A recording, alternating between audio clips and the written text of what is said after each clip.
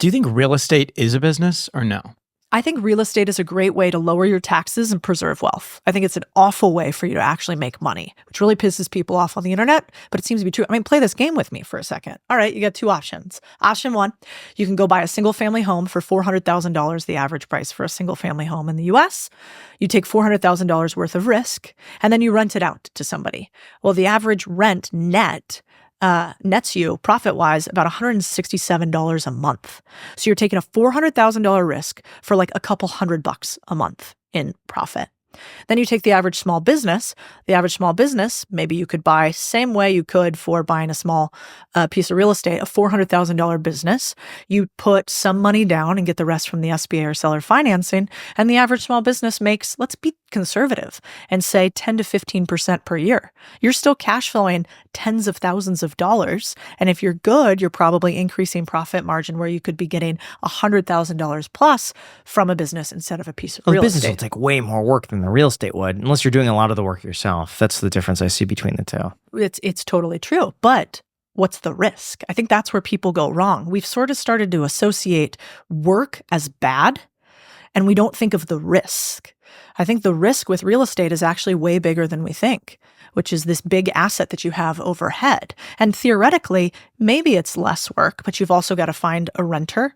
You also have no ability to increase the upside value of the property materially. You know, most real estate increases by what? 4 to, if you're really good, 10 or 13% per year. You could buy a fixer.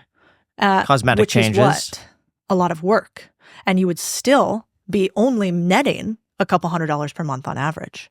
So I think you're right. It's way more work to run a business, even if you have an operator, and there's no such thing as a free lunch. But the risk-return ratio is actually higher for businesses, is my argument, especially if you're young.